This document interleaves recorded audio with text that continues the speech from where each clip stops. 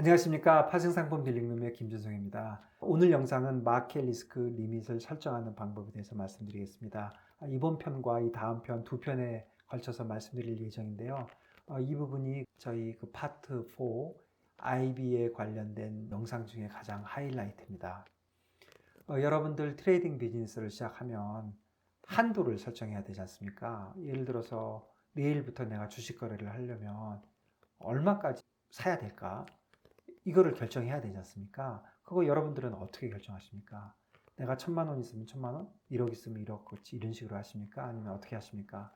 여기에 관련돼서 인베스트먼트 뱅커들도 굉장히 오랜 동안 고민을 많이 했습니다. 그리고 오랜 동안 그 경험이 누적되어서 어떻게 리스크 리밋을 설정을 해야 가장 최대의 수익이 나는지, 리스크 리밋이라는 게 너무 작아도 안 되고 너무 커도 안 되는 거지 않습니까? 그래서 어떤 것이 가장 적절하고 가장 효율적인 리밋인가, 거기에 대해 관한 그 노하우가 많이 쌓여 있습니다. 제가 IB를 다니면서 여러 가지 느낀 점이 많았지만 그 중에 가장 그 임프레시브 했던 부분이 이 부분이었습니다.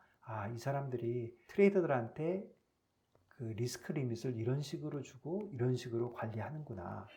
그런 거를 느꼈습니다. 그래서 그 부분들을 여러분들하고 쉐어하고 조금 내용이 어려울 수 있는데 끝까지 잘 따라오시면 리스크 리밋을 설정할 때 큰 도움이 될 거라고 믿습니다. 리스크 리밋의 설정 절차는 IB들은 이렇게 세 가지로 합니다. 첫 번째는 버젯을 설정하고, 두 번째는 스탑로스 금액을 설정하고, 세 번째 이제 본격적인 상품별 트레이딩 한도를 설정을 합니다. 버젯 설정부터 보겠는데요. 굉장히 재밌는 거는 이 모든 리스크 한도의 출발점이 버젯이라는 겁니다. 결국 얼마를 벌고 싶냐는 겁니다.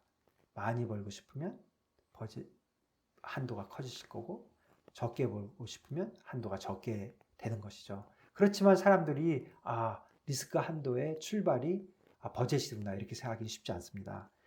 결국은 얼마만큼 벌고 싶은지가 출발이고요. 그러니까 시장 위험을 짐으로써 얼마만큼 벌고 싶은지 이것이고요. 많이 벌려면 당연히 리스크 한도도 커야 되는 거고요. 손실의 가능성도 큰 한도에 비해서 비례하여 당연히 많아지는 거고요. 큰 손실의 가능성이 싫으면 벌어야겠다는 이익의 목표도 낮춰야 되는 것입니다. 그러니까 버젯을 먼저 설정하셔야 됩니다. 자, 두 번째는 스탑로스 금액을 설정해야 됩니다. 스탑로스라고 하면 로스를 스탑하는 거잖아요. 그러니까 내가 이 정도의 손해를 가면은 내가 거래를 청산하겠다는 게 스탑로스입니다. 이 금액을 설정해야 됩니다. 그러니까 최대의 손실 금액을 설정해야 되는 건데요. 방법은 여러 가지가 있습니다. 인트라데이, 예를 들면 하루입니다. 내가 시작해서 오늘 하루에 100만 원 터지면 거기서 청산을 하겠다 이런 방법이 있고, month to date, 매달 새로 해서 1일부터 그날까지의 버는 돈, 그 다음 달에는 새로 시작하는 겁니다. 또는 롤링 먼스트 데이트라고 해서 칼렌더에 나오는 그런 1일 2일하고 관계없이 한 달 이렇게 잘라갖고 하는 방법도 있습니다. 그렇지만 이 스탑로스 설정은 중요한 점의 하나가 간단하고 이해가 쉬워야 됩니다. 간단해야 됩니다. 이해도 쉽고. 그러지 않으면 트레이더들이 언제 스탑로스가 되는지를 막 계산을 해보고 그러면 안 되고요. 그냥 직관적으로 알 수 있어야 됩니다. 그래서 제가 레커멘드하고 또 많은 IB들이 사용하는 게 먼스트 데이트입니다. 먼스트 데이트는 좋은 점이 매달 새롭게 되니까 그 시장을 새로운 마음으로 볼 수 있게 되는 거죠. 먼스터 데이트를 이제 주다 보면 어떤 경우가 가끔 발생을 하냐면, 이번 달에 스탑로스 리밋이 100만 불인데 첫날 그냥 100만 불 다 터져버립니다. 그러면 나머지 29일은 뭐 하나요? 실제로 두 가지 방법이 있습니다. 하나는 그냥 쉬는 거죠. 많이 터졌으니까 새롭게 이제 시작을 하라고 그렇게 쉬는 게 있고, 두 번째는 그 스탑로스 리밋을 더 주는 거죠. 임시로 주든지. 그런데 이 두 번째 방법은 별로 결과적으로 좋은 방법이 보통 아니었던 것 같습니다.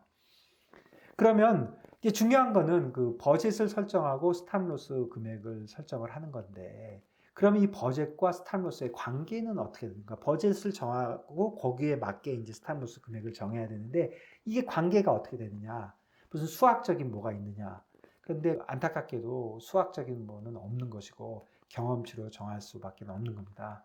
경험치로 정하는데 우선 경험치로 구체적으로 정하기 전에 저희가 한번 고려해 봐야 될 거는 시장 유동성을 고려해 봐야 됩니다. 예를 들어서 어떤 시장은 굉장히 리퀴드하고 어떤 시장은 리퀴드하지 않습니다. 리퀴드한 시장, 예를 들어서 주식시장 같은 경우에는 내가 먼스트 데이트 100만 불이 내 로스 리밋인데 100만 불이 됐습니다, 오늘. 그러면 주식시장에서 그냥 팔면 되는 거죠. 1초면 팔죠.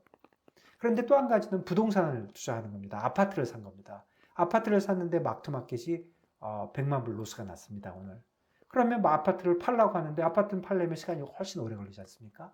그러면 앞으로 파는 그 순간까지의 기간의 리스크도 있고 또 사고 파는 게 내가 급하니까 남들의 비드 오파에다가 이렇게 때려줘야 되니까 그 위험이 또 있지 않습니까? 그러니까 결국은 시장 유동성이 좋으면 리스크 리밋이 더 커도 되는 거죠. 그러니까 이런 요소가 있고요. 또는 또 한 가지는 그 트레이딩 비즈니스를 보면 크게 두 가지로 나눠볼 수 있는데 한 가지는 클라이언트 플로우가 있는 비즈니스고 하나는 전혀 없는 비즈니스입니다. 클라이언트 플로우가 있다는 것은 클라이언트가 저한테 와서 이제 사거나 팔아주는 겁니다. 그러면 클라이언트 정보를 알 수 있고 이런 것도 있지만 클라이언트한테 제가 사는 가격과 파는 가격의 스프레드가 있지 않습니까? 그러니까 그런 거에서 또 이익을 어느 정도 보는 거죠. 근데 반면에 프랍 트레이딩은 내가 남의 프라이스를 때려야 되고 그리고 또 전혀 그런 클라이언트 쪽의 비드 오파를 내가 누리지 못하기 때문에 돈을 벌기가 더 어려운 거죠. 그러니까 손해날 가능성이 많은 거죠. 그렇다면 어느 쪽에 스탑로스 리밋을 더 줘야 될까요? 똑같은 버젯이라면? 그러니까 현실적인 버젯 달성을 위해서 프랍 트레이딩에 더 큰 스탑로스 리밋을 줘야 될 겁니다. 그러니까 이런 두 가지를 잘 고려를 해야 되고요. 본격적으로 이 버젯과 스탑로스의 그 관계, 이거는 사실은 경험치밖에 없는 거고 그 대표적인 룰 오브 썸이 있습니다. 그 두 가지인데요. 한번 읽어보시죠. 1년에 2번 정도 스탑로스 당하는 것이 최대 수익을 내더라 하는 거고요. 2번 정도 스탑로스가 히트되려면 스탑로스는 연간 목표 수준의 8분의 1 수준으로 만들어야 된다. 이 두 가지입니다. 그래서 첫 번째 거를 보면요. 스탑로스 한도에 어떤 트레이더가 한 번도 안 걸리는 트레이더가 있다고 한번 생각을 해보시죠. 그러면 이분은 굉장히 훌륭한 트레이더인가요? 제가 보기엔 그렇지 않습니다. 스탑로스에 한 번도 안 걸린다는 것은 이 사람이 자기 능력에 비해서 트레이딩을 작은 금액을 하고 있는 거죠. 그러니까 이 사람이 더 어그레시브하게 해도 돈을 더 벌 텐데 뭐 여러 가지 이유로 조금만 하는 거죠. 뭐 벌기 싫어서 아니면 벌어서 혼나는 게 싫어서 너무 무서워서 뭐 여러 가지 방법으로 조금밖에 안 하는 거죠. 그래서 제가 트레이딩 헤드 할 때 트레이더들한테 항상 이렇게 얘기했습니다. 돈을 손해보는 트레이더는 내가 용서가 되는데 포지션을 안 지고 가는 트레이더는 용서가 안 됩니다. 왜 그러냐면 돈 벌 의지도 없는 거거든요. 그런 거하고 같이 이 스탑로스에 한 번도 히트되지 않는 사람들은 리스크를 너무 적게 지는 겁니다.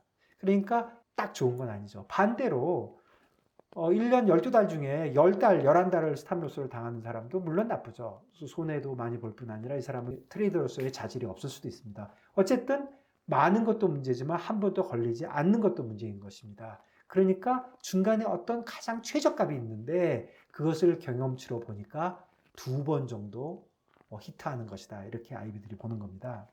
두 번째는 구체적인 스탑로스 리밋이 아까 2번을 히트 당하는 것을 이렇게 다 고려를 해보니까 한 8분의 1 정도가 적당한 것 같더라 하는 겁니다. 무슨 말이냐면 내가 연간 버젯이 예를 들어서 1,000만 불이면 먼슬리 스탑로스 리밋은 1,000만 불의 8분의 1 그러면 한 120만 불쯤 되나요? 120만 불쯤 주는 것이 가장 적정하더라. 이런 이제 그 경험치가 있는 겁니다. 근데 이 경우도 아까 그 프랍 트레이딩과 클라이언트 플로우를 나눠보면 프랍 트레이딩은 조금 더 줘야 된다고 그랬잖아요. 그러니까 한 6분의 1? 그러면 1,000만 분의 6분의 1이면 뭐 한 180만 불 될까요? 이런 식으로 주는 거고 뭐 클라이언트 플로우가 좋으면 뭐 공돈이 좀 있다고 보는 거니까 리밋이 적어도 돈을 벌 수 있다. 버젯을 달성할 수 있다. 그러니까 1,000만 불이 버젯이라면 100만 불 정도 이렇게 주는 겁니다. 왜 이렇게 그 스탑로스 리밋을 갖다가 굉장히 구체적으로 나누고 있냐면 이 스탑로스 리밋이 바로 버젯과 직결되는 것이고요. 이 스탑로스 리밋이 바로 P&L입니다. 그러므로 어떤 사람한테 이런 리밋을 너무 많이 주면 낭비를 하는 것이고 어떤 사람한테 너무 조금을 주면 많이 벌 수 있는 오퍼튜니티 코스트가 드는 겁니다. 그래서 이 버젯과 스탑로스가 굉장히 중요한 겁니다. 자, 오늘은 여기까지 하고요. 다음 시간에 이제 버젯과 스탑로스가 정해졌을 때 구체적으로 상품별 트레이딩 리밋은 어떻게 정하는지에 대해서 말씀드리겠습니다. 감사합니다.